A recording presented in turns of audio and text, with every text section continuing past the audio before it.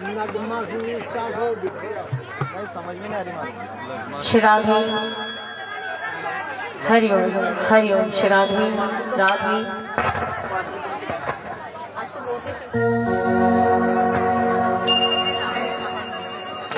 श्राद्ध हरिओम हरिओम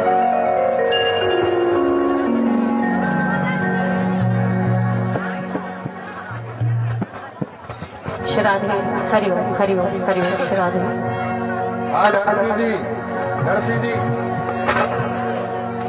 नरसिंह जी पप्पू भैया जहाँ भी कहीं से मेरी आवाज सुन रहे हो वो सुदामा प्रसंग में सुदामा बनकर आएंगे, एक कमंडल हाथ में लेके। नरसिंह जी पप्पू भैया सुदामा प्रसंग में सुदामा बनकर आ जाएंगे। सुदामा की जब कथा आएगी तो ध्यान रखना। जय जय श्री राधे। हरिओम हरिओम श्राद्ध राधे श्राद्ध हरिओम हरिओम श्राद्ध राधे राधे हरिओम श्राद्ध।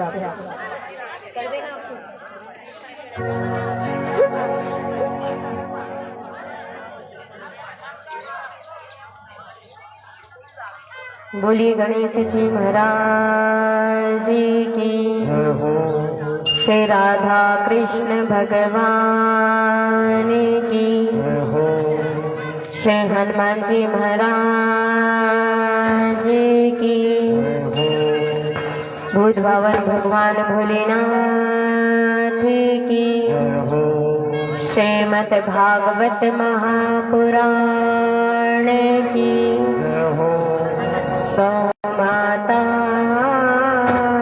की, धरती माता की, भारत माता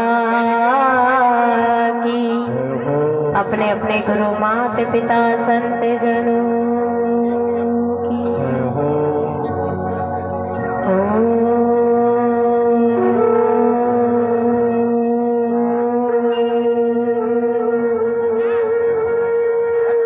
स्वस्ति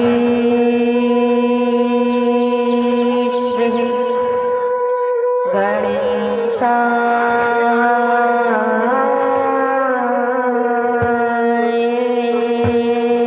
नमः।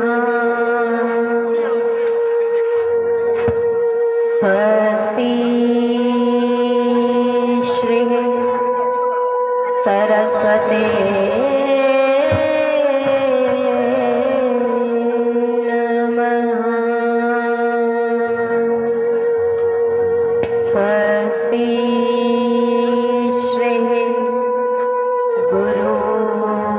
चरण कमलेभ्यो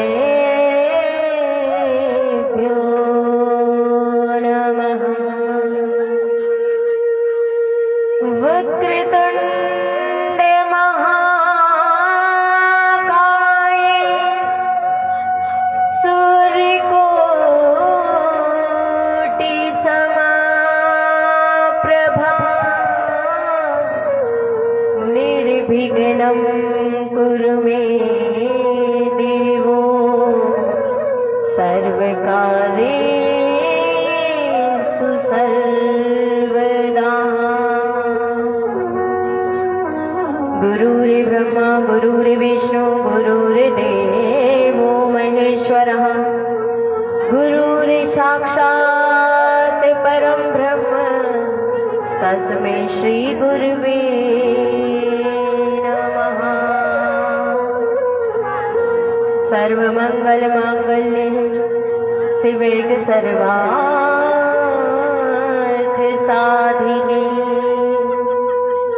शरण्ये त्र्यंबके गौरी नारायणी नमस्तुते। जय जय जय श्री राधा रमण, जय जय नवल किशोर, जय गोपी चित चोर प्रभु, जय जय माखन चोर। भक्ति भक्त भगवंत गुरु चतुर नामे बपुए, इनके पद वंदन की नाशत विघ्ने। राधे मेरी मात है, पिता मेरे घनश्याम, और जन्म जन्म मोह दीजियो प्यारे श्री वृंदावन वाम। राधे मेरी स्वामिनी, मेरा राधे जी की दान, और शरण खड़ी पूर्णेश्वरी अब मेरी ओर निहार, अब मेरी और निहार। लोकाभिराम रणे रंग धीरम, राजीव नेत्रम रघुवंशनाथम।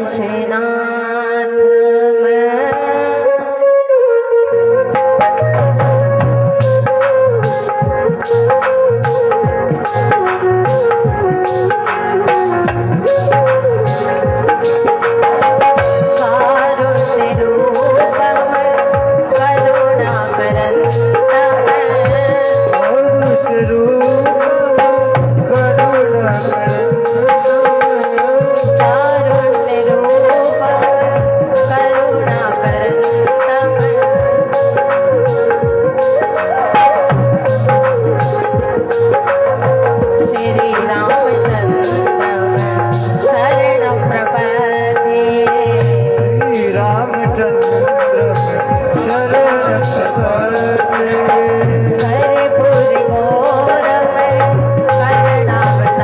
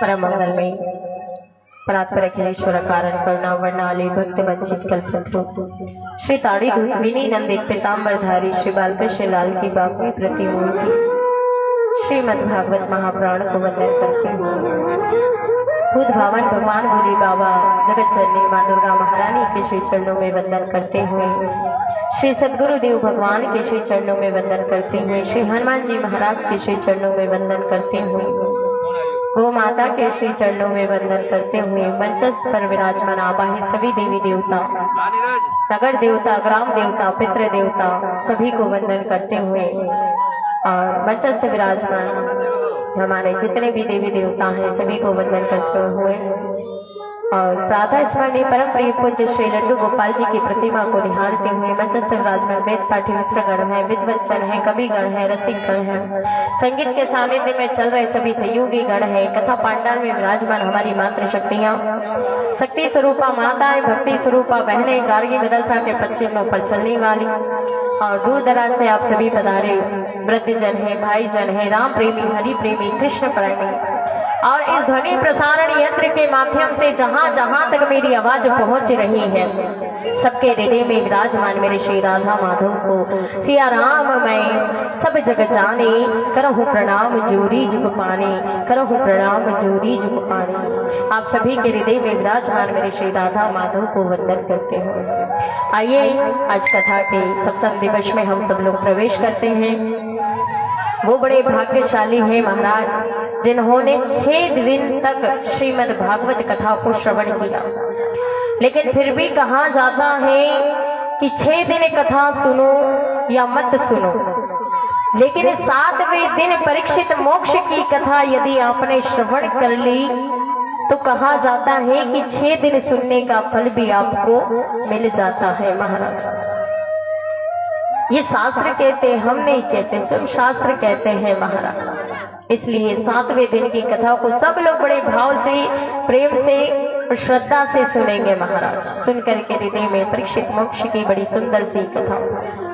आइए 2 मिनट भगवान को बुलाते हैं, रिझाते हैं, इसके बाद पुनः कथा में प्रवेश करते हैं।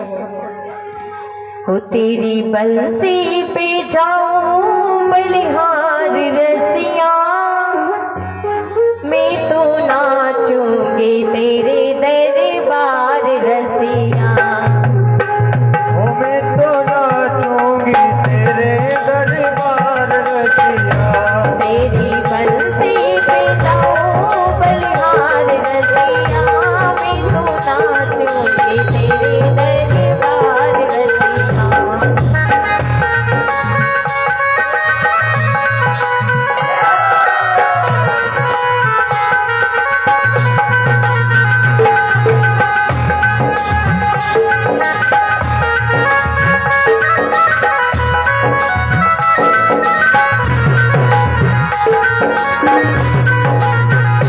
तेरी बदली पे जाऊं बलिहार रसिया,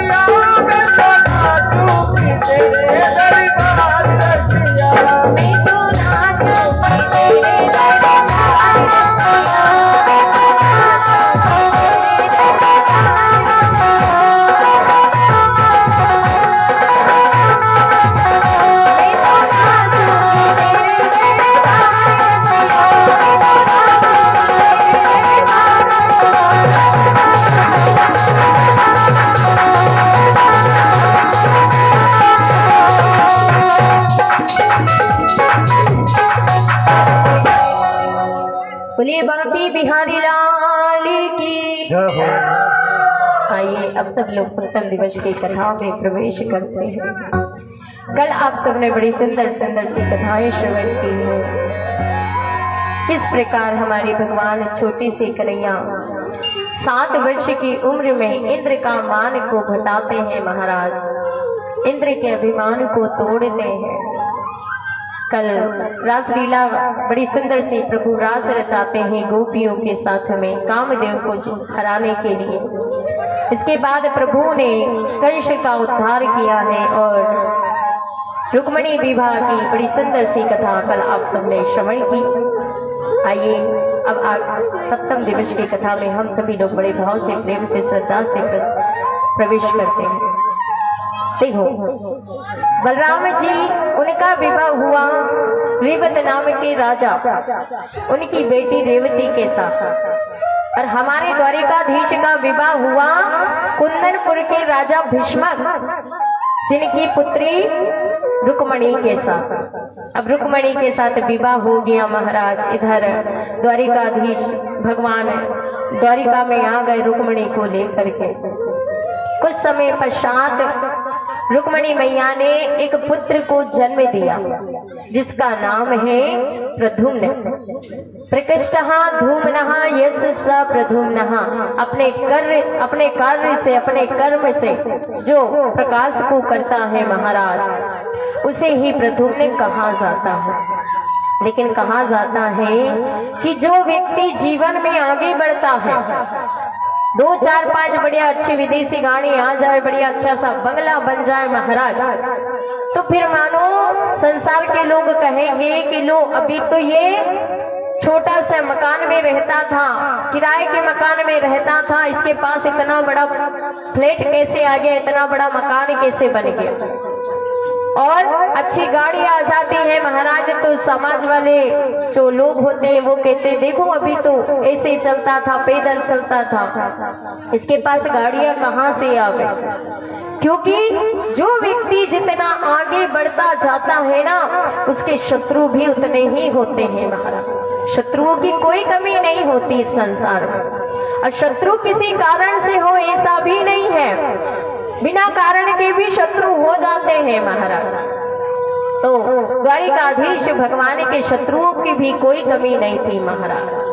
अब जैसे ही रुक्मिणी ने पुत्र को जन्म दिया, पुत्र के जन्मते ही महाराज एक सम्रासुर नाम का राक्षस प्रसूति का ग्रह से उस प्रद्युम्न को उठा करके ले गया और ले जा करके समुद्र में फेंक दिया महाराज। समुद्र में उस बालक को मछली निकल गई। एक मछुआरे ने उस मछली को पकड़ा और फिर से उस मछली को सम्रासुर के घर पहुंचा दिया, और वहां भोजन बनाने का काम करती थी विद्यावती नाम की एक स्त्री महाराज।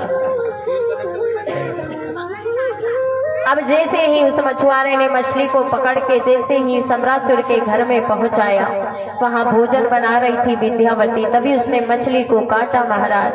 बालक के रोने की आवाज सुनाई दी। विद्यावती ने कहा कि मछली में से बालक निकला है, क्या बात है, कहाँ से आया है, किसका बालक है। तो विद्यावती के पास तभी नारद जी आए, और नारद जी ने कहा कि हे विद्यावती, ये तुम्हारा पति काम है। बोले जब शिव तीसर नयन उघारा निर्कट काम भयो जरी छारा। जिस समय भगवान शिव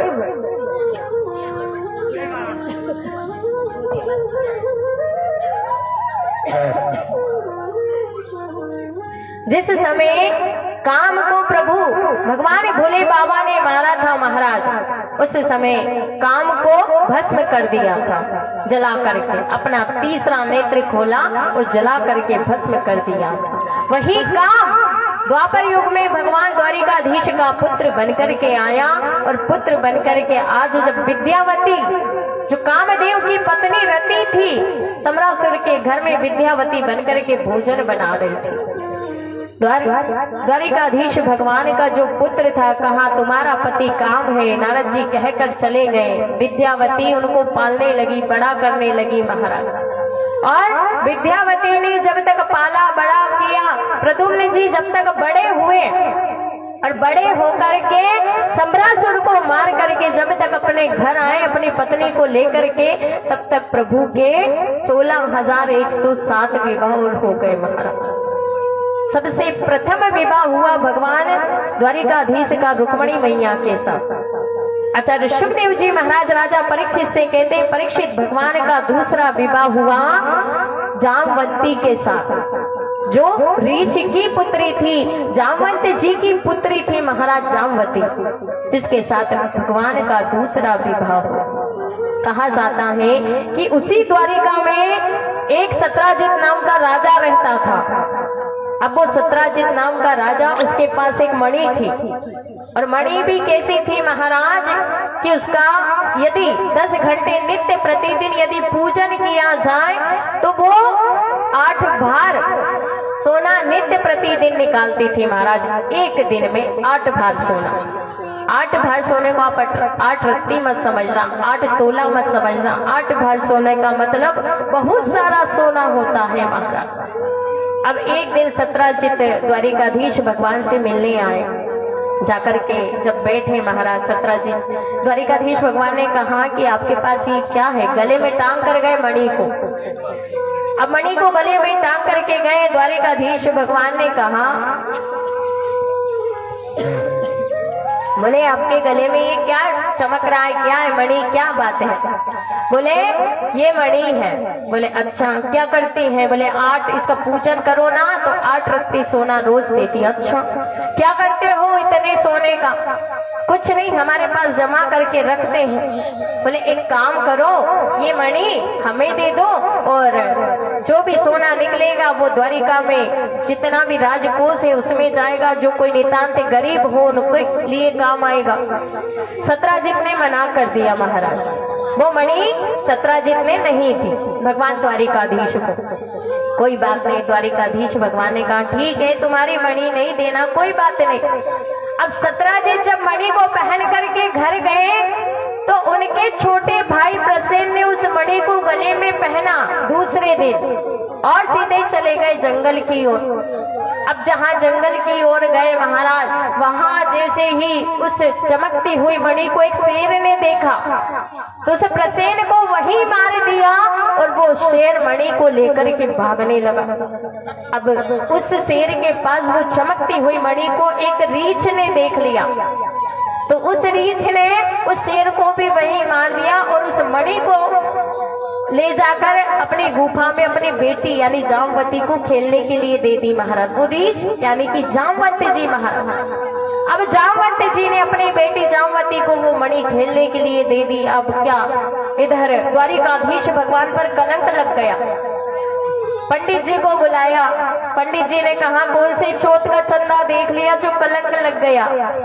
सत्राजित कहने लगा अभी द्वारिकाधीश कन्हैया ही बोले मुझसे मणि मांग रहा था, उसने मेरे घर से चोरी कर ली। भगवान बोले अच्छा चौथ का चंदा देखा जो कलंक लग गया। भगवान द्वारिकाधीश बलराम जी को लेकर के गए कि चलो मणि ढूंढते हैं। जंगल में निकल गए महाराज। अब जंगल में जाकर क्या देखते हैं कि प्रसेन मरा पड़ा है। प्रसेन मरा पड़ा है, वहां पर शेर के पैरों के चिन्ह दिखाई दिए। भगवान ने कहा कुछ तो गड़बड़ है। शेर के पैरों के चिन्ह देखते देखते जब गए तो वहां भी शेर मरा पड़ा था। अब शेर भी मरा पड़ा है। अब शेर के नजदीक ही जब उनने पद चिन्हों को देखा तो वहां रीछ के पद चिन्ह दिखाई दिए। भगवान द्वारिकाधीश उन पद चिन्हों पर चलते चलते चलते गुफा में पहुंच गए, और गुफा में जैसे ही पहुंचे महाराज जामवंत जी ने अपनी गदा उठाई और भगवान द्वारिकाधीश से युद्ध करने लग गए। दोनों के बीच बहुत घमासान युद्ध हुआ महाराज। जब युद्ध होने लगा जामवंत जी की नस नस नस ढीली हो गई महाराज, पर द्वारिकाधीश भगवान को नहीं हरा पाया। जामवंत जी ने कहा प्रभु अब मैं समझ गया हूँ, आप तो मेरे साक्षात श्री राम, आप स्वयं आप मेरे आज गुफा में आ गए हैं। मैं समझ गया आज मेरे स्वामी मेरे कुटिया में आ गए, मेरी गुफा में आ गए। आप तो मेरे प्रभु हो। एक बार भगवान श्री राम जब रावण को मारकर घर लौट रहे थे तब सबसे कहा कि वरदान मांगो। बोले वरदान मांगे, क्या मांगे? हनुमान जी ने भक्ति मांगी, किसी ने शक्ति मांगी, महाराज सबने अपने लिए कुछ ना कुछ मांग लिया।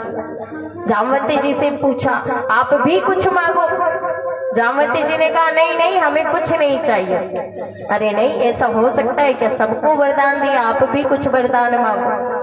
तो जामवंत जी ने कहा कि स्वामी देना चाहते हो तो एक वरदान दे दो कि मैं आपसे युद्ध कर सकूं, आपका और मेरा युद्ध हो। मैं भी तो देखना चाहता हूं कि मेरे प्रभु में कितनी शक्ति है।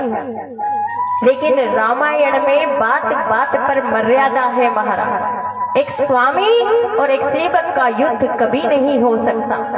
इसलिए भगवान श्री राम ने मना कर दिया, इस युग में नहीं, अगले युग में तुम्हारे इस इच्छा को पूरी करूंगा। और आज वही द्वापर में भगवान द्वारिकाधीश बनकर के आए हैं। और आज जामवंत जी जब दोनों युद्ध करते हैं, नस नस ढीली कर देते हैं, पर प्रभु से नहीं जीत पाते हैं।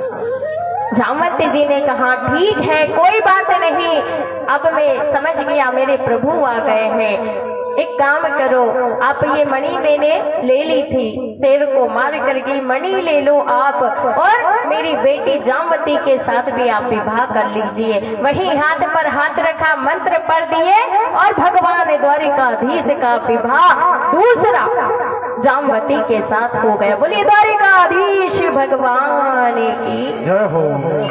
इस प्रकार भगवान का दूसरा विवाह जामवती के साथ हुआ। अब इधर सत्राजित को रात भर नींद नहीं आई। भगवान द्वारिकाधीश ने सत्राजित को मणि ला करके दे, बोले मैंने आज द्वारिकाधीश पर कलंक लगा दिया, देखो मैं कितना गलत था, द्वारिकाधीश भगवान पर कलंक लगाया मैंने। आज उन्होंने जाकर के भगवान द्वारिका से क्षमा प्रार्थना मांगी है, प्रभु मुझे क्षमा कर दो। और मेरी बेटी सत्या है, मणि भी देना चाहा पर प्रभु ने नहीं ली। बोले अब इस मणि को हम नहीं लेंगे। बोले मेरी बेटी सत्या है, उसके साथ विवाह कर लीजिए। तो भगवान ने विवाह कर लिया, वही मंत्र पढ़ दिए महाराज। तीसरा विवाह सत्राजित की बेटी सत्या के साथ प्रभु का विवाह हो गया। एक बार और उस मणि को अक्रूर जी को दे दिया, जो अक्रूर जी दिन भर 10 घंटे बैठकर सेवा पूजा करते और मणि में से जो सोना निकलता वो द्वारिकाधीश के कोष में जमा करते थे। एक दिन अर्जुन और भगवान श्री कृष्ण रथ में बैठ करके भ्रमण करने के लिए गए। कहाँ? बोले यमुना के किनारे। अभी यमुना के किनारे पहुंचे महाराज। यमुना के किनारे जाकर के क्या देखते हैं कि एक स्त्री यमुना के किनारे बैठी है। अर्जुन ने जाकर पूछा आप कौन? उसने कहा कि मैं कालिंदी हूँ, मैं कालिंदी हूँ। बोले मैं भगवान कन्हैया द्वारिकाधीश को अपने पति के रूप में पाना चाहती हूँ, इसलिए यहाँ बैठकर तपस्या कर रही हूँ। अच्छा, वो तो मेरे रथ में बैठे हुए। अच्छा, बोले रथ में बैठे हुए द्वारिकाधीश भगवान आए। भाई अर्जुन ने हाथ पर हाथ रखा, मंत्र पढ़ दिए महाराज। तो चौथा विवाह भगवान का कालिंदी के साथ हो गया। और 2 भाई थे महाराज, विंद और अरविंद नाम के 2 भाई थे, जिनकी बड़ी सुंदर सी बहन थी जिसका नाम था मित्र वृंदा। 5वां विवाह भगवान द्वारिकाधीश का मित्र वृंदा के साथ हुआ। एक नग्नजीत नाम के राजा, जिन्होंने शर्त रखी, बोले 7 बेल थे उनके पास। उन्होंने कहा कि जो भी इन 7 बेलों में एक साथ नकेल डाल देगा, उसके साथ में अपनी बेटी नग्नजीती के साथ उसका विवाह करूंगा। कोई नहीं कर पाया। भगवान द्वारिकाधीश गए, 7 बेलों में जाकर के एक साथ नकेल डाल दी महाराज। और नग्नजीत ने अपनी बेटी नग्नजीती, जो सत्या भी कहते थे महाराज, और उनके साथ प्रभु का विवाह कर दिया। तो 6ठा विवाह सत्या के साथ हो गया। अब इधर क्या हुआ कि एक मध्य देश का एक नगर था, राज्य था, जिसका कार्यभार एक स्त्री संभालती थी महाराज। उनकी बेटी लक्ष्मणा, उनके साथ भगवान का विवाह हुआ है। इस प्रकार भगवान की अष्टपटरानियां हैं, रुक्मिणी, जामवती, सत्यभामा कौंत्या, नग्न जीती जो है वो, और कालिंदी, लक्ष्मणा, मित्र वृंदा, इस प्रकार भगवान की ये अष्टपटरानियां है। और देखो अष्टपटरानियां यानी कि कौन, 8 प्रकार की जो प्रकृति है वो ही भगवान की अष्टपटरानियां है महाराज। और एक राक्षस था जिसका नाम था भौमासुर। उसने संकल्प लिया, बोले में आसपास जितने भी क्षेत्र है, नगर है, गांव है, वहां से मैं एक कन्या को लेकर के आऊंगा और 20,000 जब एक साथ इकट्ठी हो जाएगी तब मैं उनके साथ एक ही मुहूर्त में एक साथ 20,000 कन्याओं के साथ विवाह करूंगा। 16,000 कन्याओं को इकट्ठा करके महाराज 16,100 कन्याओं को जब इकट्ठा किया और इकट्ठा करके उसने अपने कारागृह में डाल दिया। भगवान द्वारिकाधीश को पता चला तो द्वारिकाधीश भगवान सत्यभामा के साथ आए, भौमासुर से युद्ध किया महाराज, भौमासुर का वही वध कर दिया प्रभु ने। और 16,100 जो कन्याएं थी ना उनको कारागृह से छुड़ा दिया। कारागृह से जैसे ही छुड़ाया, पूछा आपके मन में कोई अनैतिक विचार ना हो तो मैं स्वयं आपके साथ विवाह करूंगा। भगवान ने विवाह क्यों किया? 16,100 कन्या, समाज उन्हें जीने नहीं देता, बोले वहां भौमासुर के कारागृह में रह करके आई है, कहाँ जाती बेचारी 16,100 कन्याएं। इसलिए प्रभु ने वही एक ही मुहूर्त में वही पंडित जी ने मंत्र पढ़ दिए और 16,100 कन्या के साथ वही भगवान द्वारिकाधीश ने विवाह कर लिया महाराज। इस प्रकार भगवान द्वारिकाधीश के पूर्ण विवाह हुए 16,108। बोलो द्वारिकाधीश भगवान की जय हो। आचार्य शुकदेव जी महाराज राजा परीक्षित से कहते, परीक्षित 16,108 का मतलब क्या है? देखो 16,000 जो हमारे उपासना कांड के मंत्र हैं, कल मैंने बताया था ना हमारे वेद में 4 वेद जिसके 3 कांड, ज्ञान कांड, कर्म कांड और उपासना कांड। उपासना कांड में 16,000 मंत्र हैं, तो जो 16,000 मंत्र हैं वही भगवान की 16,000 पत्नियां हैं महाराज। हमारे वेद के आधार पर उपनिषदों की रचना की गई है। 100 प्रकार के उपनिषद होते हैं, वो 100 प्रकार के उपनिषद ही भगवान की 100 पटरानियां हैं। और 8 प्रकार की प्रकृति होती है, भूमि, जल, वायु, अग्नि, आकाश और मन, बुद्धि और अहंकार। ये 8 प्रकार की जो प्रकृति है ये भगवान की अष्टपटरानियां है महाराज। इस प्रकार आचार्य शुकदेव जी ने बड़ा सुंदर सा राजा परीक्षित को भगवान की विवाह की वर्णन की कथा सुनाई है, प्रसंग सुनाया है महाराज।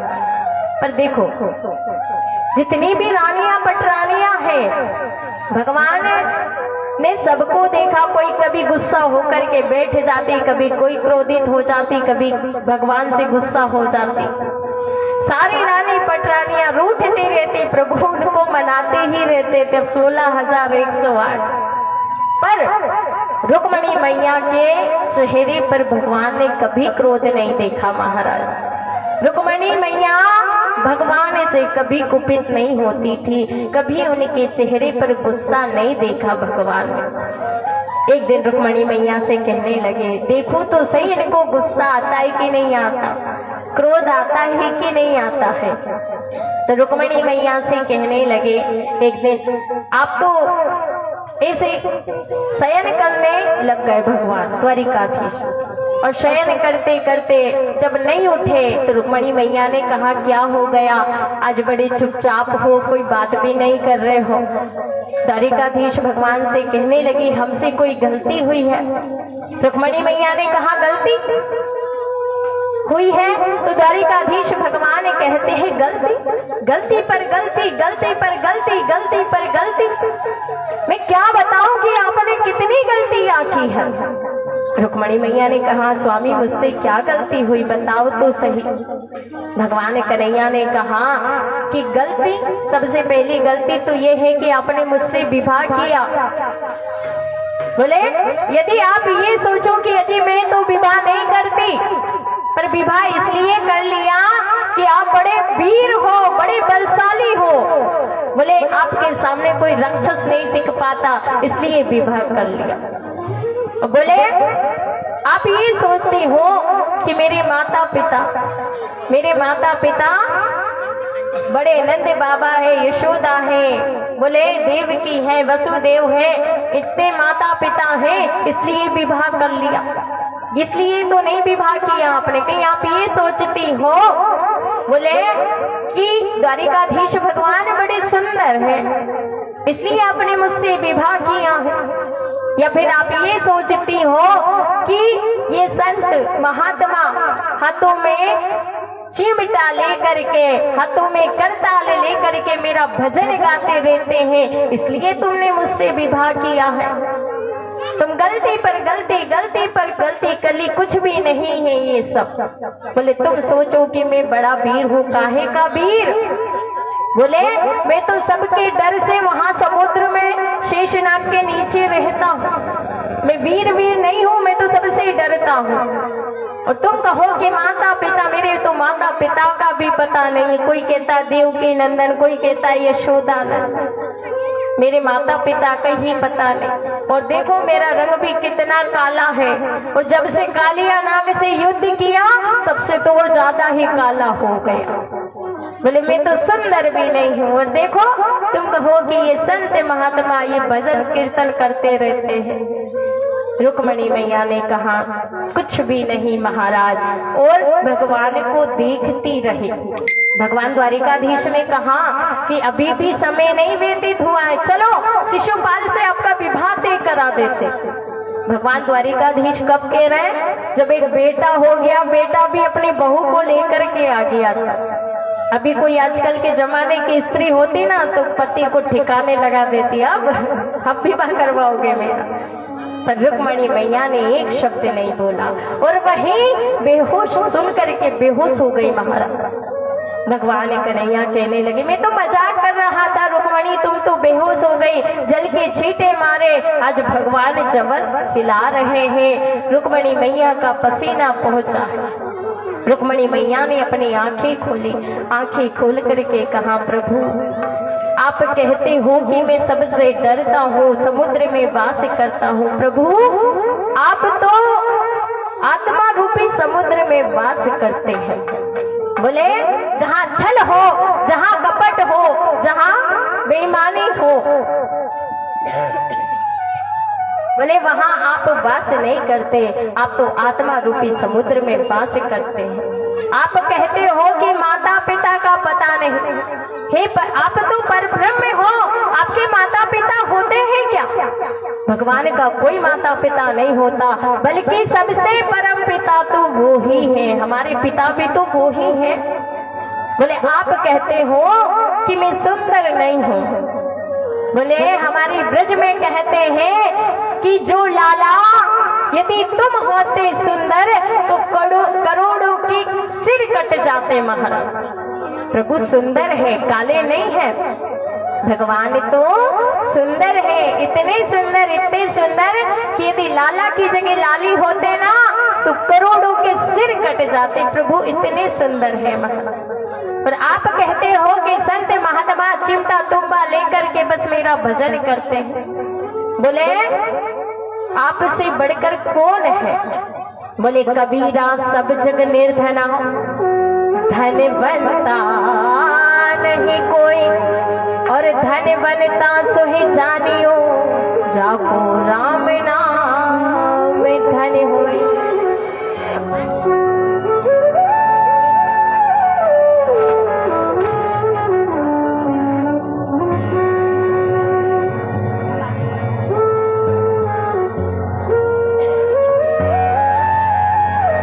इधर रुक्मणी मैया ने कहा कि चिमटा तुम्बा लेकर के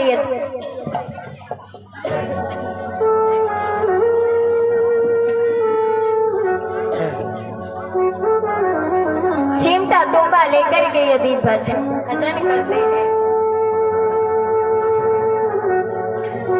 तो कौन करते हैं? बोले ये संत करते हैं, ये महात्मा करते हैं, क्योंकि ये आपके नाम को गाते हैं। और आपके नाम से बड़ा क्या हो सकता है?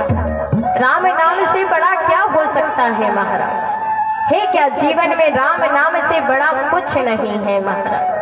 तभी तो यदि राम नाम से बड़ा कुछ होता तो जब हमें 4 जने लेकर के जाते शमशान घाट में, तब ये नहीं कहते कि राम नाम, हाँ क्या बोलते? नहीं मालूम? मालूम तो होगा, ऐसा तो है ही नहीं महाराज। मालूम तो है पर कहते नहीं है। क्यों? क्योंकि ये तो बाद की लाइन है, अभी तो हम जी रहे हैं, ये तो हमारे जाने के बाद की लाइन है, इसलिए नहीं कहेंगे महाराज। और कहेगा भी कौन? वो 4 लोग जब हम मर जाएंगे और जब हमारे पास श्रवण की शक्ति नहीं होगी, जब हम सुन नहीं पाएंगे, तब संसार के 4 लोग समझाएंगे हमें। बोले राम नाम सत्य है, पर यदि हम राम नाम सत्य है पहले ही जान लेना महाराज, तो जीवन में वो 4 लोग हमें कभी समझाएंगे ही नहीं। पर राम नाम सत्य है हम तब जानते हैं जब हम जाते हैं, जब ना सुनने की शक्ति होती है ना बोलने की शक्ति होती है, बस ऐसे सोते रहते हैं। और दुनिया के 4 लोग समझाते हैं बेटा समझ ले राम नाम सत्य है, राम नाम सत्य है, पर नहीं समझा। अच्छा, हमारी 2 डोलियां निकलती है, 2 बारात निकलती है कि नहीं निकलती? अच्छा, कौन कौन सी? पहली बारात कब निकलती है? हाँ, विवाह होता है तो। वाह, क्या बात है।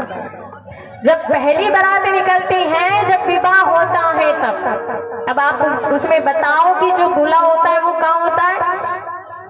दूल्हा जो होता है, हाँ, घोड़ी पर बैठकर दूल्हा आगे होता है कि पीछे होता है?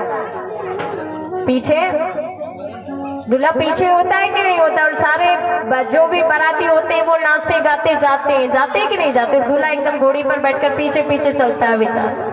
अब दुनिया, समझिएगा इस बात को, बोले दुनिया के जितने भी लोग हैं, जब हम खुश रहते हैं, जब हमारे पास आनंद की अनुभूति होती है, आनंद जब उस समय होता है, बारात जाती है बेटे की, जब खुशी का समय होता है, तब सारी दुनिया, सारे संसार के लोग हमारे आगे खड़े रह जाते हैं। भैया आपने देखो, दूल्हे ने डीजे किया, दूल्हे ने घोड़ी की, सामने वाले का क्या जा रहा, उन्हें तो नाचना, आनंद मनाना महाराज। तो जब सुख के दिन हमारे पास होते हैं ना, तब संसार के सब लोग हमारे साथ होते हैं और आगे आगे होते हैं महाराज।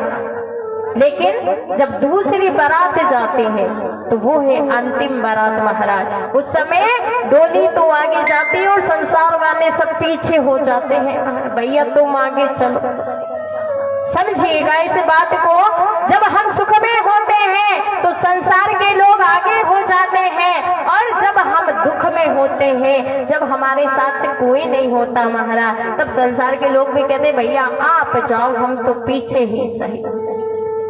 लेकिन समझाते कौन है? वो 4 लोग बस, कि राम नाम सत्य है, राम नाम सत्य है।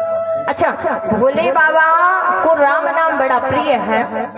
भोले बाबा कहते हैं कि मैं भी राम राम कहता हूँ। एक बार क्या हुआ, एक शमशान घाट में एक मुर्दे को लेके जा रहे थे।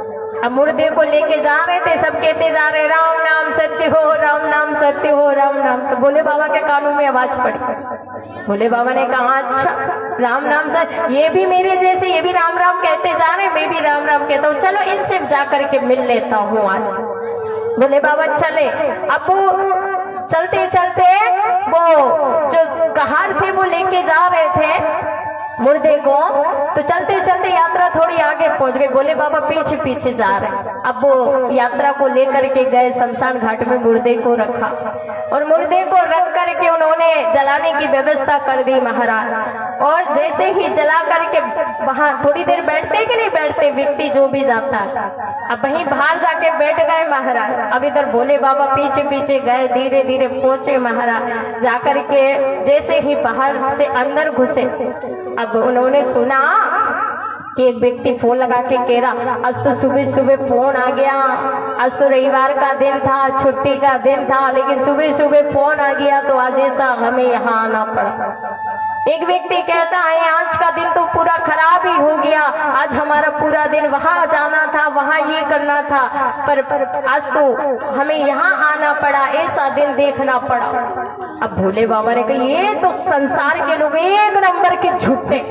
अभी तो कह रहे थे राम नाम सत्य है, अभी तो कह रहे थे कि राम नाम सत्य है, राम नाम सत्य है, राम नाम, और अभी उसको अभी यहाँ आकर के कह रहे कि संसार का कार्य था, ये था, वो था। ये तो एक नंबर के झूठे। चलो उस मुर्दे से जाकर मिलता हूँ। अब वहां जाकर के भोले बाबा देखते हैं, बोले ये संसार के लोग तो झूठे हैं, अब मुर्दे से जाकर के मिलता। अब जब तक वो मुर्दे से जाकर मुर्दे के पास गए महाराज, तब तक वो मुर्दा भी जल चुका था और राख हो गया था। तो भोले बाबा ने कहा कि कोई बात नहीं, बोले मुर्दे से तो मिलना है, इन समाज के लोगों से, इन झूठे लोगों से तो अच्छा कि ये मुर्दा ही बढ़िया है। अब मुर्दे से मिलने गए तो उसे भी जला दिया। अब वो जल गया महाराज। तो भोले बाबा ने कहा कोई बात नहीं, तू ना सही तो तेरी राख ही सही। भोले बाबा ने उस मुर्दे की राख को उठाया और अपने शरीर पर मल लिया। तभी से तो भोले बाबा भस्म लगाते, क्योंकि राम नाम से बड़ा कुछ नहीं है महाराज। राम नाम जीवन में होगा। हम भी तो एक आशा करते हैं अंत समय में केवल और केवल कि बस राम नाम हमारे साथ जाए। और जीवन की जितनी भी सारी वस्तुएं हैं, ये भौतिक वस्तु है, संसारिक वस्तु सब यहीं रह जानी है, कोई कुछ साथ नहीं ले जाएगा तो बस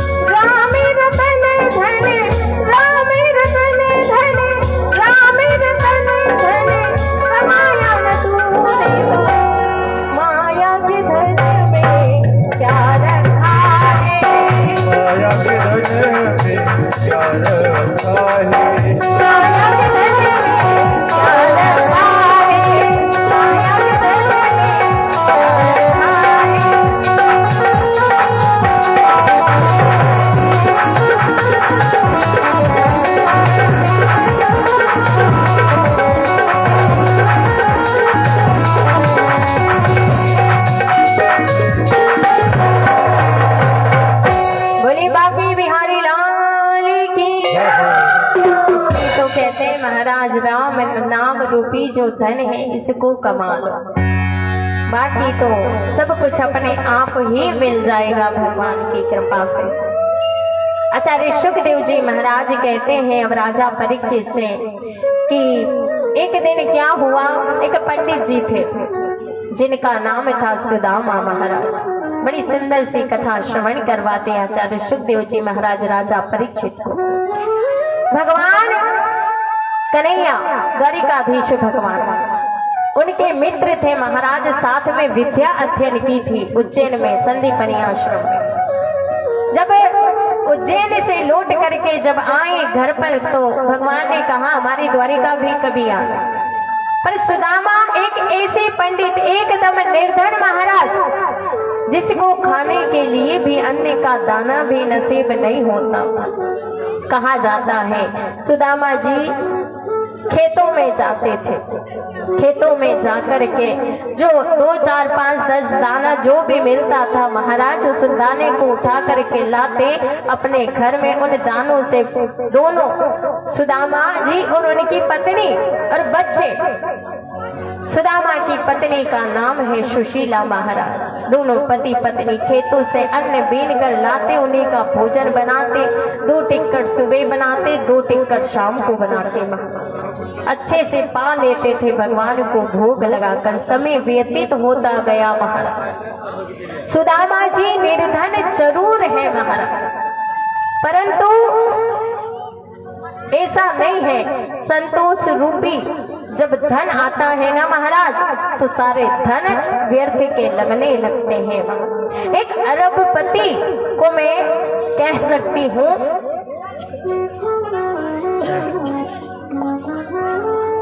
एक अरबपति व्यक्ति को मैं असंतोष रूपी कह सकती हूँ, पर सुदामा को नहीं कह सकती, क्योंकि जब संतोष रूपी धन आता है तो कहा जाता है जब आवे संतोष धन सब धन धूरी समान।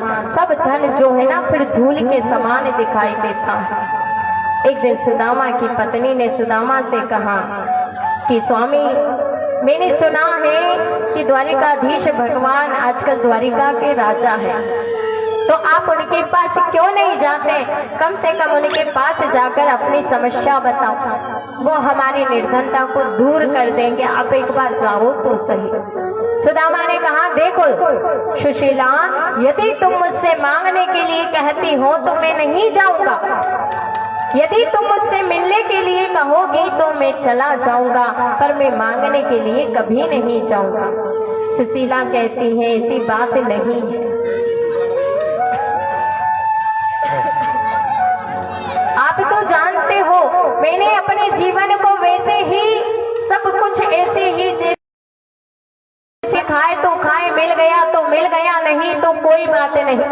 अपने जीवन को मैंने ऐसे ही निकाल दिया, पर मेरे बच्चे बड़े भूखे रहते हैं, मैं नहीं देख सकती। बोले आप जाओ द्वारिकाधीश भगवान के पास।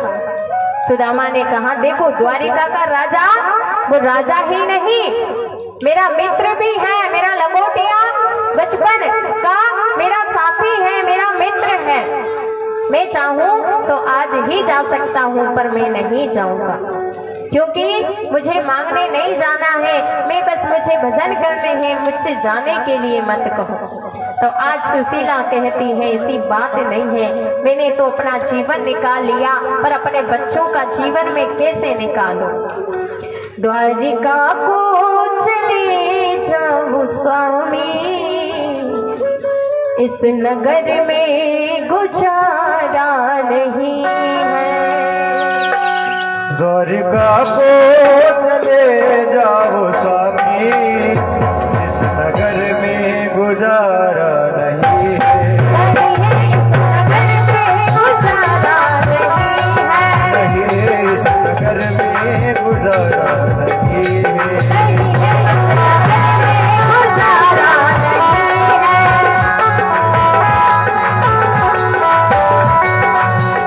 द्वारिका को चले जाओ स्वामी,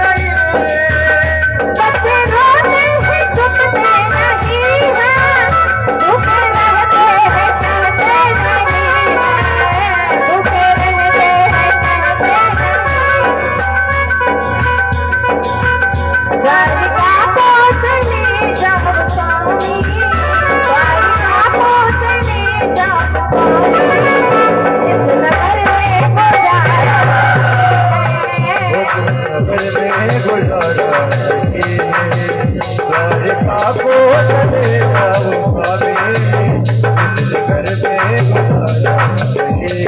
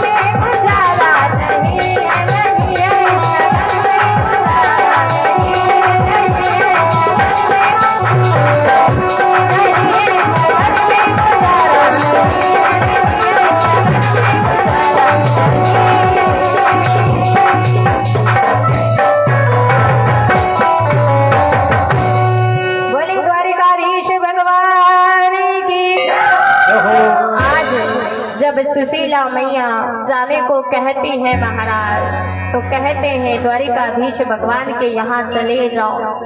तो आज सुदामा जी कहते हैं कि देखो 3 जगह ऐसी है महाराज जहाँ हमें बिना कुछ लिए नहीं जाना चाहिए।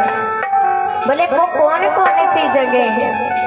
बोले एक तो अपनी बेटी के यहाँ कभी भी जाओ तो महाराज खाली हाथ नहीं जाना चाहिए। एक अपने रिश्तेदार के यहाँ, सगे संबंधियों के यहाँ यदि हम जाते हैं तो कभी भी खाली हाथ हमें नहीं जाना चाहिए महाराज। और एक है भगवान का मंदिर, भगवान के मंदिर में यदि हम जाएं तो भगवान हमें कितना कुछ देते हैं महाराज। कभी गिनती नहीं करते प्रभु कि मैं इसको कितना दे रहा हूँ। चाहे हम पापी हैं, आस्तिक हैं, नास्तिक हैं, प्रभु कभी ये नहीं देखता महाराज कि ये मेरी सेवा करता है कि नहीं करता है, ये मेरे मंदिर जाता है कि नहीं जाता है, प्रभु कभी नहीं देखते।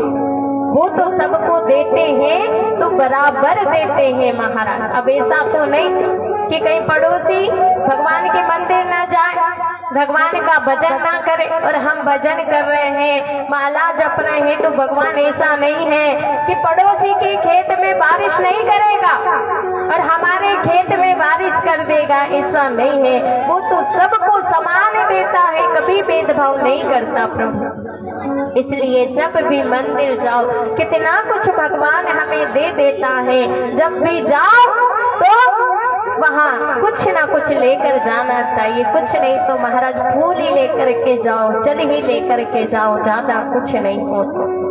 आज सुदामा जी कहते हैं सुशीला से, बोले आज मैं द्वारिकाधीश भगवान के यहाँ जाऊं, पर हमारे घर में तो खाने का अन्न का दाना नसीब नहीं है, मैं क्या लेकर के जाऊंगा। सुशीला ने कहा तुम चिंता मत करो उसकी, मैं अभी व्यवस्था कर देती हूँ। सुशीला गई, पड़ोसी के पास जाकर के वहां से 5 मुट्ठी चावल 5 पड़ोसी से लेकर के आई। अब 5 मुट्ठी चावल को आप 5 जगह रखकर देखो, 5 घर का चावल लेकर के आओ तो 5 घर का चावल कोई कटा होगा, तो कोई सफेद होगा, कोई पीला होगा, तो कोई कैसा होगा महाराज। अब 5 मुट्ठी चावल लेकर के आई है सुशीला, और उसको भी 5 बलिष्ठ कपड़े में बांधा है। कैसा कपड़ा, वो भी 5 जगह से फटा हुआ था महाराज। 5 बलिष्ठ कपड़ा, वो 5 जगह से उस फटे हुए कपड़े में महाराज वो 5 मुट्ठी चावल बांध दिए सुशीला ने, और एक पोटली तैयार कर दी और सुदामा को दी, जाइए अब और आप द्वारिकाधीश से मिलकर के आइए। बोले ठीक है, मिलने जाऊंगा पर कहूंगा कुछ नहीं। आज सुदामा जी चले हैं द्वारिका की ओर, चलते जा रहे हैं, चलते जा रहे हैं महाराज। आज सुदामा जी ने फटी सी धोती पहनी है, हाथों में फूटा सा लोटा रख लिया पानी पीने के लिए, हाथों में डंडा रख लिया महाराज, और वो पोटली कांख में दबा के चले जा रहे हैं, चले जा रहे हैं, चले जा रहे हैं महाराज। 3 महीने हो गए चलते चलते, पर द्वारिका नहीं आई। 3 महीने पैदल चल करके जब गए, द्वारिका नहीं आई महाराज। तो सुदामा जी ने कहा कि पता नहीं भगवान ने अपनी द्वारिका कितनी दूर बनाई है, कितनी दूर और मुझे चलना पड़ेगा, पर चलते जा रहे हैं, बस द्वारिकाधीश को याद करते जा रहे हैं। कहते हैं कि ना भूख लगती है ना प्यास लगती है, ना भूख लगती है ना प्यास लगती है, जिंदगी अब उदास लगती है। हे कन्हैया मैं कैसे आऊं तेरी द्वारिका, आस भी अब निराश लगती है। थक गया अब तो द्वारिकाधीश, अब तो मुझे बुला ले, कैसे भी करके बुला ले। 3 महीने हो गए महाराज पैदल चलते चलते। सुदामा जी ने कहा बीच में एक नदी पड़ी महाराज, अब नदी पड़ी तो उसको पार कौन कराए, पर भगवान तो सबको देखते हैं, अपने भक्त की पग पग पर परीक्षा भी लेते हैं ना भगवान, तो भगवान उनका साथ भी देते हैं। आज स्वयं भगवान द्वारिकाधीश वहां केवट बन करके आ गए, और आज सुदामा जी से कहने लगे कोई नदी के पार चलने वाला है क्या, नदी के पार चलने वाला हो तो चलो। सुदामा जी ने कहा हमको जाना है नदी के पार। अच्छा नदी के पार जाना है, पर बोले हमारे पास पैसे नहीं है देने के लिए। भगवान रूपी जो केवट बन करके आए हैं, कहते हैं हम आपको, आप जैसे भक्तों को बिना पैसे लिए ही पार लगाते हैं, आप तो बस बैठ जाइए नाव में। जैसे ही नाव में बैठे हैं आज सुदामा जी, भगवान पतवार लेकर के नाव चला रहे हैं और हंस रहे, मन मन मुस्कुरा रहे हैं महाराज। सुदामा ने कहा ए केवट तू कोई देख के काय को हंस रहे है। भगवान ने कही आप कहाँ जा रहे हैं, हम द्वारिका जा रहे हैं। अच्छा द्वारिका, द्वारिका क्यों जा रहे हो, बोले वो द्वारिकाधीश है ना, वो मेरे बचपन का यार है, तुम कहाँ जानो भाई, वो मेरा जन्म का मित्र है, उसी से मिलने जा रहा हूँ। अच्छा हाँ, आप जैसे ही उनके मित्र हो सकते हैं और कौन हो सकता है। जैसे तैसे भगवान केवट रूपी भगवान ने पार किया है महाराज, और पार करके आज जैसे ही पार उतारा, सुदामा जी ने पूछा कि द्वारिका कितनी दूर, बोले अभी तो 6 महीने और लगेंगे तुम्हें जाने में। अच्छा 6 महीने, अजीब दूर है द्वारिका, मैं कैसे जाऊं। कैसे जाऊं मैं कन्हैया तेरी द्वारिका में कैसे आऊं, दूर नगरी बड़ी दूर नगरी, कैसे आऊं मैं द्वारिका तेरी बड़ी दूर नगरी। कन्हैया बड़ी दूर है तेरी नगरी, मुझे नहीं आना। तो सुदामा जी ने क्या किया, अपनी फटी सी धोती अपने सिर पर ओढ़ ली और वही मिट्टी का डला उठा करके सिरहाना बनाया और नदी के किनारे वहीं सो गए महाराज। द्वारिकाधीश भगवान को याद करने लगे, कहने लगे कन्हैया तुझे बुलाना है तो बुला लेना, नहीं तो हम तो सो रहे हैं। जैसे ही सुदामा सोए और जैसे ही उनकी नींद खुलती है महाराज, तो क्या देखते हैं, बड़े बड़े दिव्य महल दिखाई देते हैं, बड़े बड़े दिव्य प्रसाद दिखाई देते हैं महाराज। और जब ऐसा दिखाई दिया तो सुदामा ने पूछा ये कौन सी नगरी है। वहाँ जय श्री कृष्ण की आवाज सुनाई दे रही है, राधे राधे की आवाज सुनाई दे रही है। सुदामा ने कहा मैं अभी तो सो रहा था, मैं कौन सी नगरी में आ गया, पूछता हूँ किसी से पूछा तो बताया कि द्वारिका है। सुदामा ने कहा अच्छा मैं द्वारिका पहुंच गया। बोले हाँ आप द्वारिका पहुंच गए। बोले द्वारिका में द्वारिकाधीश का महल कहाँ है। बोले द्वारिकाधीश का महल, चलो हम बताते हैं। एक सेवक लेकर के जाता है और द्वारिकाधीश का महल बताता है। जैसे ही सुदामा जी पहुंचे हैं महाराज, द्वार पर जैसे ही पहुंचे तो वहां खड़े हुए थे द्वारपाल। और द्वारपाल जैसे ही खड़े थे महाराज, उन्होंने जैसे ही सुदामा अंदर जाने लगे तो उनको रोक दिया। बोले आप अंदर नहीं जा सकते, क्यों। बोले द्वारिकाधीश भगवान का आदेश है, उनकी बिना आज्ञा के कोई अंदर नहीं जा सकता। सुदामा ने कहा कि जाओ अपने द्वारिकाधीश भगवान से कहो कि उनके बचपन का मित्र सुदामा आया है। द्वारपालों ने कहा ठीक है हम अभी जाकर के आते हैं, क्योंकि प्रभु अभी भोजन करके शयन करने गए हैं, क्या पता वो हमारी सुनेंगे कि नहीं सुनेंगे, आप तनिक यहीं खड़े रहो। अरे द्वारपालो कन्हैया से कह दो मिलने सुदामा गरीब आ गया। बोले द्वारपाल जाओ और कहो कन्हैया से जाकर के उनके बचपन का मित्र आया है। दौड़े दौड़े द्वारपाल सब गए महाराज, जाकर के उन्होंने कहा तो भगवान कन्हैया ने जैसे ही सुना कि सुदामा आया है, मेरे बचपन का मित्र आया है, बोले मेरे बचपन का मित्र सुदामा आया है, वहीं से दौड़ लगाई महाराज। अब भगवान द्वारिकाधीश का महल भी ऐसा इतना बड़ा था कि जब पहले द्वार पर आना पड़ता है तो 7 ड्योरियों को पार करना पड़ता था।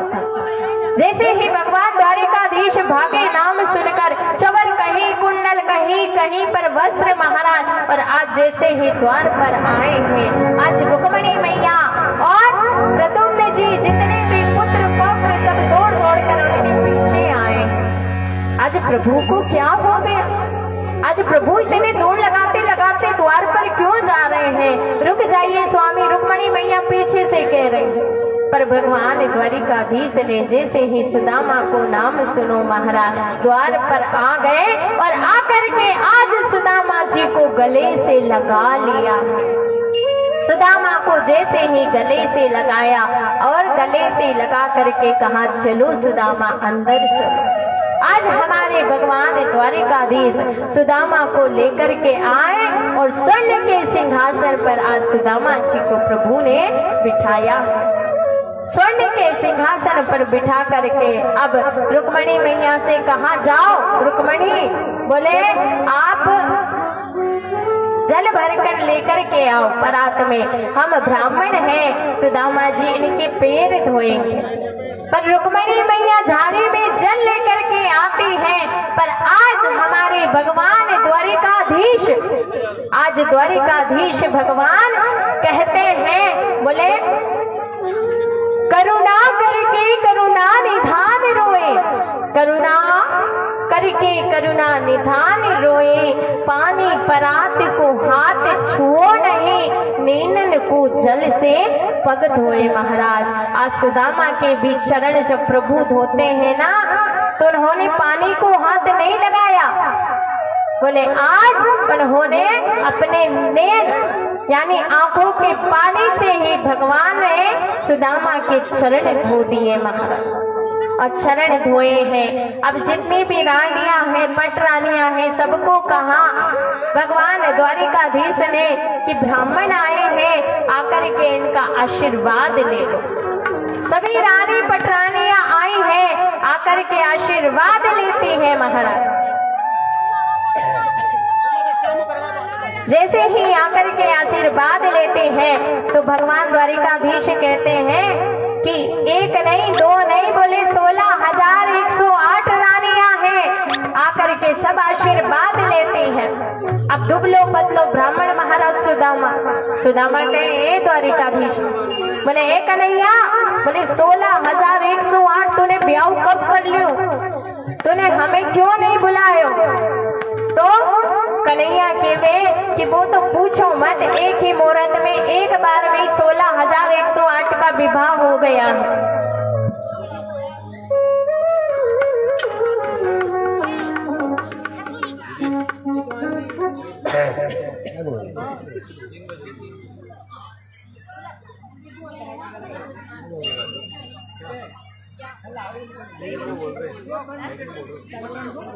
हेलो हेलो, आवाज बढ़ाओ थोड़ी, इसकी आवाज बढ़ाओ।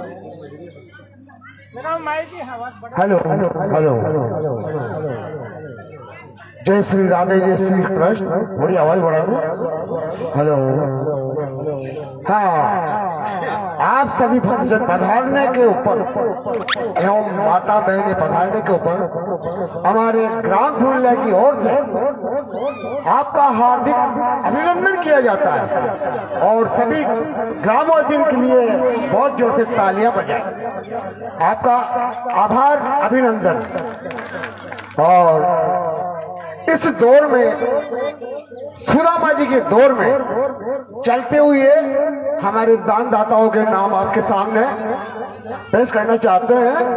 आप कृपया और इन्हें भी सुन लें, और आप जो इच्छुक हैं धर्मदाता, वो भी आप दान पुण्य के लिए, प्रसादी के लिए भेंट कर सकते हैं।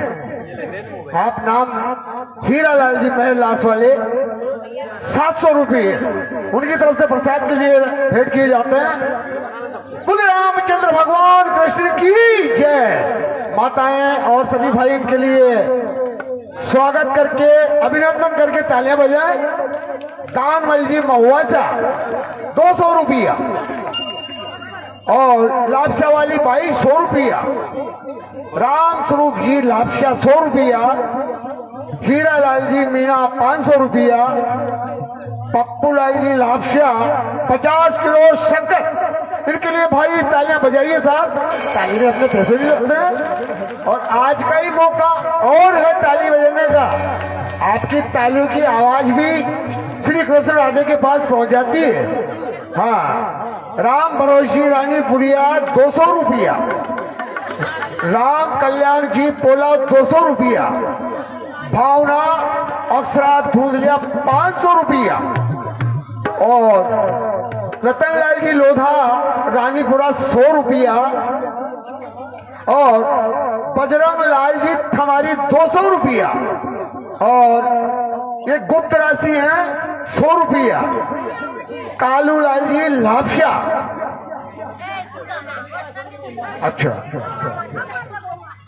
और कालू लाल जी लापसा 100 रुपया, जमुना लाल जी लापसा 100 रुपया, हीरा लाल जी मिस्त्री धूंधलिया 200 रुपया, राम कल्याण जी लासी 100 रुपया, कजोड़ जी रानीपुरा 200 रुपया, और गौरव भैरवा धूंधलिया 200 रुपया, सिमरन भैरवा 200 रुपया, और नैनी काकी धूंधलिया 200 रुपया, और अमेरिक भैरवा मवासा 200 रुपया, बच्चूलाल जी मीणा 10 किलो शक्कर, रंगलाल जी धुंधलिया 10 किलो शक्कर और राम प्रसाद जी सलावत 500 रुपया, रोडू लाल धुंधलिया 10 किलो शक्कर।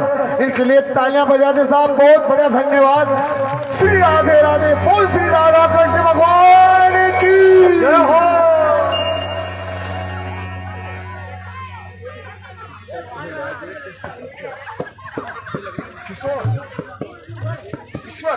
हाँ, हमारे जो बच्चे का बच्चा ईश्वर, छोरा का बंटी का, ईश्वर के नाम से 200 रुपया और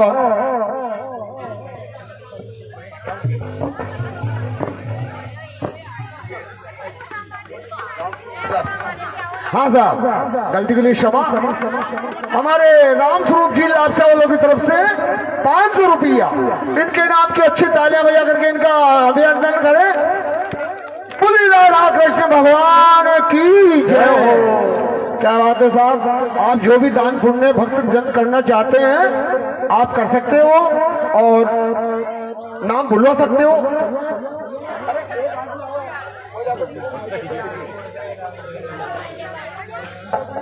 हाँ भाई साहब, आपसे निवेदन है हाथ जोड़ के, ये जो मोटरसाइकिल है ना वो आप उधर लगा दीजिए। सभी का कहना है कि उन मोटरसाइकिलों को उधर लगाने में माता बहनों को और भक्तजनों को परेशानी नहीं आएगी, इसलिए आप सभी से निवेदन है हाथ जोड़ के ये जो मोटरसाइकिलें हैं और वाहन हैं एक तरफ लगा दीजिए। बोल श्री राधा कृष्ण भगवान की जय हो। ऐसा है, दान पुण्य करने का तो सिर्फ एक आज ही मौका है, धर्म करने से धन घटता ही नहीं है, बढ़ता है। भगवान आप 1 रुपया खर्च करते हो 4 गुने आपको मिलेगा, इससे कोई फर्क पड़ने वाला नहीं है। आप हर्ष के साथ उल्लास के साथ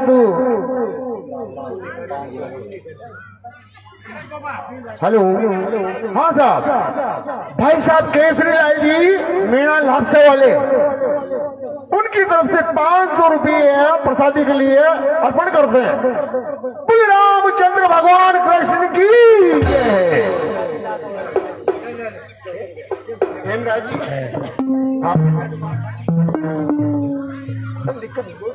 हाँ, आप कोई भी सज्जन के उमंग आ रही हो, भगवान के प्रति श्रद्धा है, आप हाँ, बाबूलाल जी गार्डरी रानीपुरा वालों की तरफ से 200 रुपया मां प्रसादी के लिए भेंट करते हैं। बोल राधा कृष्ण भगवान की। माता बहने आज और तो बोल लो, बहुत बढ़िया, आपके जयकारे वहां पहुंचेंगे तो भगवान और राधा रानी भी खुश हो जाएगी। बाबूलाल जी लासी 500 रुपये, इनके नाम की तालियां बजाइए भाई साहब, बहुत बढ़िया। जी लाश वाले हमारे जवाई जी, उनकी तरफ से 200 रुपये प्रसादी के लिए भेंट करते हैं। बहुत बहुत धन्यवाद, बहुत बहुत अभिनंदन। हाँ साहब, भाई साहब नारायण जी बैडाला वाले, उनकी तरफ से 200 रुपया प्रसाद के लिए भेंट करते हैं। बोली राधा रानी की।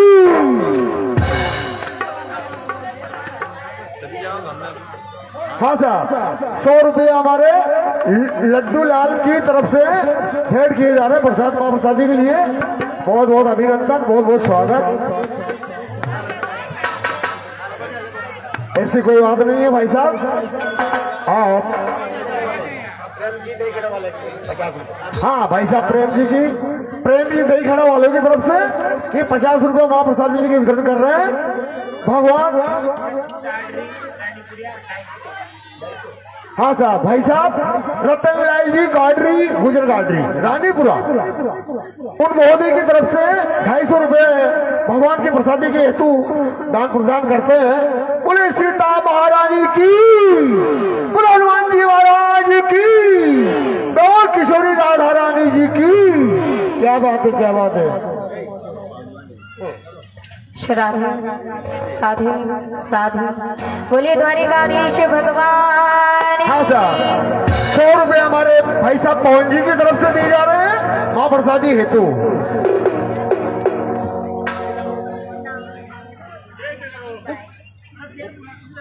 हाँ अच्छा,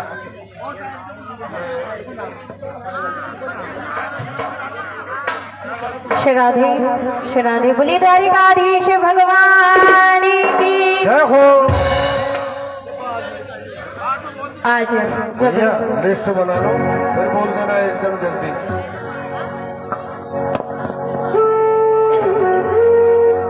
आज द्वारिकाधीश भगवान ने जैसे ही सुदामा को बिठाया है महाराज, चरण धोए हैं और आज सारी रानियां आई हैं, सबने आशीर्वाद लिया है महाराज।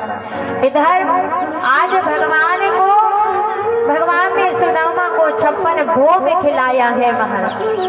पर आज द्वारिका जैसी स्वर्ण की नगरी में जाकर भी सुदामा जी कहते हैं कि हे लाला कन्हैया, बोले 56 भोग में न खाओ, 56 भोग खाए से बुद्धि बिगड़ जाए।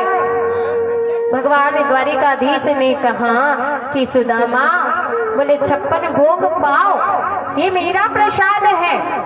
हम चाहे जमाने के प्रसाद खा सकते हैं महाराज, उसमें किसी प्रकार की विकृति नहीं होती है, क्योंकि वो भगवान से लगा हुआ, भगवान को भोग लगा हुआ प्रसाद होता है।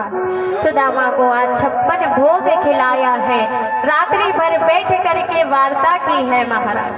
अब रात्रि भर बैठ करके वार्ता तो की है, सुदामा से कहने लगे कि तुमने विवाह कर लिया, मुझे क्यों नहीं बुलाया। सुदामा के लाला तू भी कैसी बातें करे।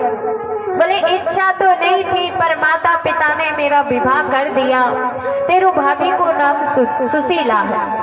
अच्छा, बोले सुशीला है मेरी अच्छा, मेरी भाभी ने मेरे लिए कुछ तो पहुंचाया होगा। अब सुदामा जी कैसे कहे, ऐसी स्वर्ण की द्वारिका और वहाँ राधा रुक्मणी जो भी है महाराज 16,108 रानियां हैं, उनके सामने कैसे कहे कि 5 मुट्ठी चावल 5 घर से लेकर के आई है तेरी भाभी। नहीं बताया महाराज।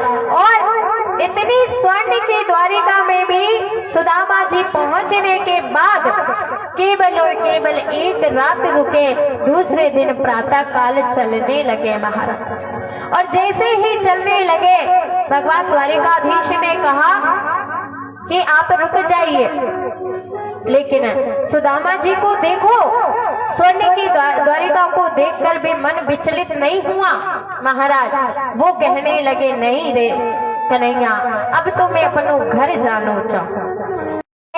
भगवान द्वारिकाधीश तो कहते हैं जाओ सुदामा, सुतोल लोक का राज्य भी मैंने तुम्हें दिया, मन में कह रहे हैं। इधर रुक्मणी मैया ने कहा अच्छा, एक वो पंडित था जो तुम्हारी छाती पर पैर रख करके खड़ा हो गया था, जाने भृगु ऋषि। बोले अब ये पंडित को भी सब कुछ दे दो। तो रुक्मणी मैया से आज द्वारिकाधीश कहते हैं रुक्मणी, तुम ये कैसे भूल गई कि तुम्हारी पत्रिका लाने वाला भी एक पंडित था। आज मैं सुदामा को दे रहा हूँ तो तुम मुझे रोक रही हो। बोले नहीं, बोले नहीं नहीं स्वामी, मैं तो ये कह रही हूँ कच्चे चावल हैं, ज्यादा खाओगे तो पेट दुखने लग जाएगा। तीसरी मुट्ठी जब खाने लगे तो रुक्मणी ने रोक दिया महाराज। और आज सुदामा से नहीं कहा कि मैंने तुम्हें ये दे दिया महाराज। आज सुदामा जी द्वारिका से लौट करके चलते हैं और जहाँ उनकी झोपड़ी थी वहाँ आकर के रुकते हैं महाराज। पर क्या देखते हैं, यहाँ तो थी मेरी छोटी सी झोपड़िया, अब कंचन महल खड़े। बोले यहाँ तो मेरी छोटी सी झोपड़ी थी, अब कंचन महल खड़े हो गए। बोले ये कंचन महल किसने खड़े की, क्या पता मैं द्वारिका गया तो किसी ने पीछे से आकर मेरी झोपड़ी को हटा दी और महल खड़ा कर लिया हो। अब उस महल में तो द्वारपाल। बोले पूछूं मेरी झोपड़ी कहाँ गई। द्वारपालों से पूछा, रे द्वारपालों बताओ मेरी झोपड़ी थी यहाँ तो कहाँ गई। बोले हमें नहीं मालूम। बोले जाओ अपने सेठ को बुला करके लाओ। बोले हमारे सेठ तो यहाँ है नहीं। अच्छा सेठ नहीं है, कहाँ गए? बोले वो तो द्वारिका गए। अब सुदामा जी सोचे द्वारिका तो मैं ही गया था। अच्छा अच्छा एक बात बताओ कितने दिन हो गए? बोले उनको तो बहुत दिन हो गए। अच्छा बहुत दिन तो मुझे भी हो गए। जाओ एक काम करो कि उनकी पत्नी को बुला करके लाओ। जब उनकी पत्नी आएगी तो मैं देख लूंगा, क्या पता मेरी पत्नी हो। मैं देख लूंगा, उनसे पूछ लूंगा कि मेरी यहाँ पर झोपड़ी थी जो कहाँ चली गई। तो आज सुदामा जी की जो पत्नी आई सुशीला, वो भी अच्छी मोटी ताजा हो गई। स्वर्ण आभूषण के गहने पहने रखे हैं। 2, 5, 10 दासियां उनके पीछे चल रही थी। महाराज सुदामा ने जैसे ही सुशीला को देखा, नहीं नहीं ये मेरी पत्नी नहीं है, और पीछे मुड़ करके जाने लगे। बोले मैं कहीं और जा करके ढूंढता हूँ, मेरी झोपड़ी कहाँ चली गई। तभी सुशीला ने सुदामा को पहचान लिया। कहने लगी स्वामी रुको, मैं आपकी पत्नी सुशीला हूँ। सुदामा जी कहते हैं अच्छा सुशीला तुम? बोले सुशीला तुम इतनी मोटी ताजा कैसे हो गई? बोले ये सब द्वारिकाधीश की कृपा है। अच्छा द्वारिकाधीश की कृपा। सुशीला तुम्हें जो चाहिए था वो सब कुछ मिल चुका है, अब मुझे तो ये नहीं चाहिए। मैं तो वन में जा रहा हूँ और भजन करूँगा। सुदामा ने कहा तो सुशीला ने कहा स्वामी जब आप ही मेरे इस घर में नहीं रहोगे तो फिर मेरा भी रहना व्यर्थ है, मैं भी आपके साथ चलना चाहूंगी। अब सुशीला और सुदामा जी जब जाने को लगे उस कंचन महल को छोड़ करके, जब कंचन महल को छोड़ करके जाने लगे महाराज, तो पीछे से द्वारिकाधीश भगवान क्या देखते हैं कि पीछे द्वारिकाधीश भगवान उस महल में बैठे। आवाज लगाई हे सुदामा कहाँ जा रहे हो? पीछे मुड़ करके सुदामा जी ने देखा, क्या देखते हैं? वो टेढ़ी टेढ़ी टांग वाला, वो मुरली वाला पीछे बैठा है और आवाज लगा रहा सुदामा जी रुक जाइए। सुदामा जी ने कहा, द्वारिकाधीश भगवान को देख करके रुक गए। बोले सुदामा मैंने तुम्हें ये सब दिया है, ये मेरी कृपा है, मेरी कृपा समझ करके आप ये सब भोगो। सुदामा ने कहा नहीं नहीं प्रभु मुझे ये सब नहीं चाहिए, मैं तो आपका भजन करूंगा। पर आज द्वारिकाधीश भगवान कहते हैं सुदामा तुम्हें ये सब भोगना पड़ेगा, जन के कल्याण हेतु, जन के कल्याण हेतु तुम्हें ये सब काम करना पड़ेगा। बोले ठीक है। और अंततः सुदामा जी ने भगवान के जो संपत्ति दी उसका जन कल्याण में हित किया महाराज, जन कल्याण में उसका प्रयोग किया और भगवान के भजन करके महाराज अंततः भगवान को प्राप्त किया। बोलिए द्वारिकाधीश भगवान की। भगवान के अनेक भक्त हुए महाराज, पर भगवान का दीवाना हर कोई नहीं बन सकता। भगवान के दीवाने जो होते हैं ना वो तो भगवान को बड़ा प्रेम करते हैं। भगवान के अनेक दीवाने हैं जो भगवान को प्रेम करते। अगर दीवाने नहीं होते, भगवान से प्रेम नहीं करते, तो आज हम देखते हैं कि जैसे कोई व्यक्ति वृंदावन गया, जाते हैं ना वृंदावन, कौन कौन गया वृंदावन? हाँ सब लोग, अधिकतर लोग वृंदावन जाते हैं। वृंदावन में बांके बिहारी क्या हम जाते हैं, बांके बिहारी की वहाँ छोटी मोटी गलियां, फिर भी हम धक्का मुक्की करते करते करते करते बिहारी जी के दर पे पहुंच जाते। बिहारी जी के दीवाने नहीं होते, बिहारी जी से प्रेम नहीं होता तो हम क्यों पहुंचते? पर ये भी हर किसी के बस की बात नहीं होती, हर किसी के भाग्य में ऐसा नहीं लिखा। बहुत है ऐसे जो भगवान तक नहीं पहुंच पाते। कहा जाता है राम का दीवाना बनना सबके बस की बात नहीं है। जो जो राम के दीवाने हैं उठाइए जरा दोनों हाथ और ताली बजाते बड़े भाव से बोलिए राजा रामचंद्र भगवान की जय हो। राम का दीवाना बनना सबके बस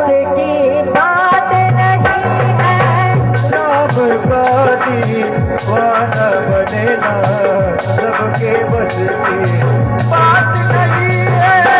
राम का दीवाना बनेना सबके बस की बात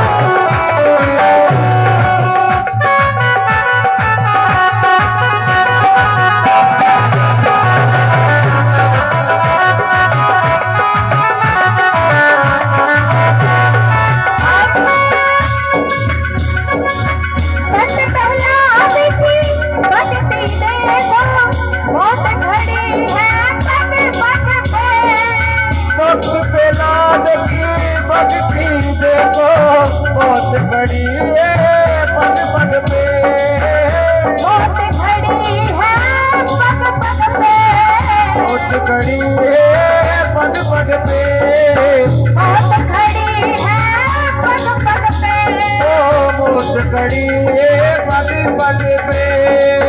बस पहला भी बनती देखो, बहुत खड़ी है पग पग पे, बहुत खड़ी है पग पग पे।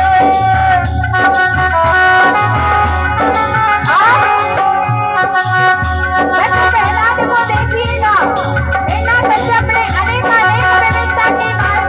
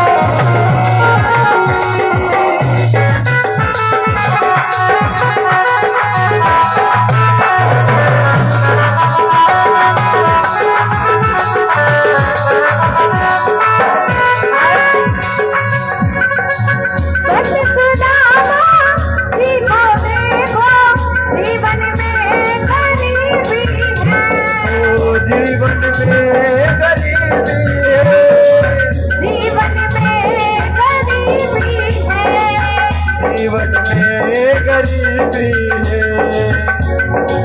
पैदल चले कर द्वारिका जाना, पैदल चले कर द्वारिका जाना, सबके बस की बात नहीं है, सबके बस की बात नहीं है, सबके बस की बात नहीं है।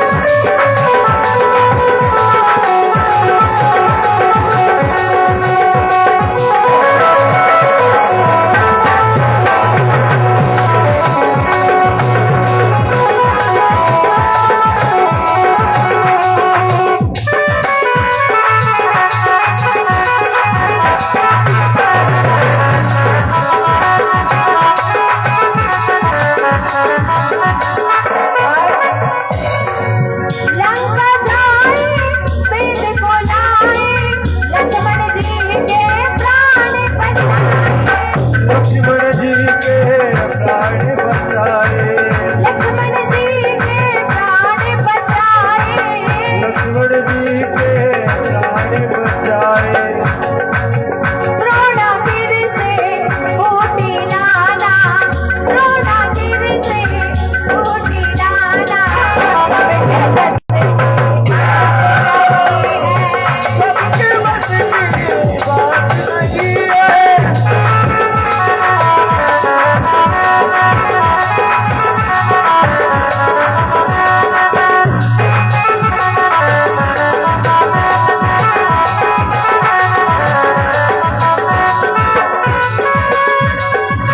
एक बात, सब लोग लंबे लंबे हाथ, जो हमारे बपाने के दीवाने हैं, करीना के दीवाने हैं, सभी लोग लंबे हाथ, एकदम ताली बजाते बड़ी बात है। हमारे भाई लोग भी, सभी लोग, भैया लोग भी, सभी माताएं भी। राम गादी गाना बजना, राम गादी गाना बजना, सबके बस की सबके बस की बात नहीं है, सबके बस की बात नहीं है।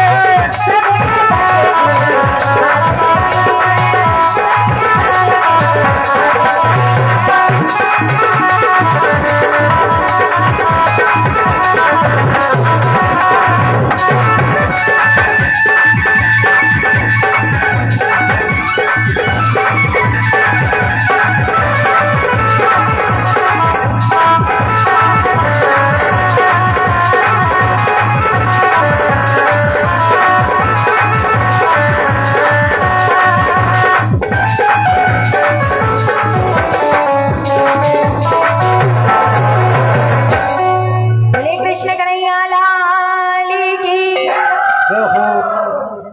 राम का दीवाना बनना हर किसी के बस की बात नहीं होती महाराज। कृष्ण रस का पान पी लेना ये भी हर किसी के बस की बात नहीं होती। वो तो आज आप सब पर प्रभु की कृपा है कि आप भगवान के कृष्ण रस का अमृत का पान कर रहे हो महाराज। आचार्य शुभदेव जी महाराज, संत मेरे मुकुट मणि, मैं संत का दास हूँ। संत तो मेरे मुकुट के मणि के समान है, जिन्हें मैं अपने शीश पर रखकर घूमता हूँ। बोले संत मेरे बड़े सिरोधार्य है, बड़ा आदर करते थे संतों का महाराज। लेकिन जब ज्यादा ही सेवा पूजा करने लगे, सेवा भाव दिखाने लगे भगवान कन्हैया, तो एक दिन क्या हुआ कि उनके जो पुत्र थे उन्होंने कहा कि हमारे जो भगवान द्वारिकाधीश बड़े संतों की सेवा करते हैं, आज इनकी परीक्षा ली जाए संतों की, कितने त्रिकालदर्शी होते हैं, कितने क्या होते हैं, चलो परीक्षा ली जाए। तो जामवती का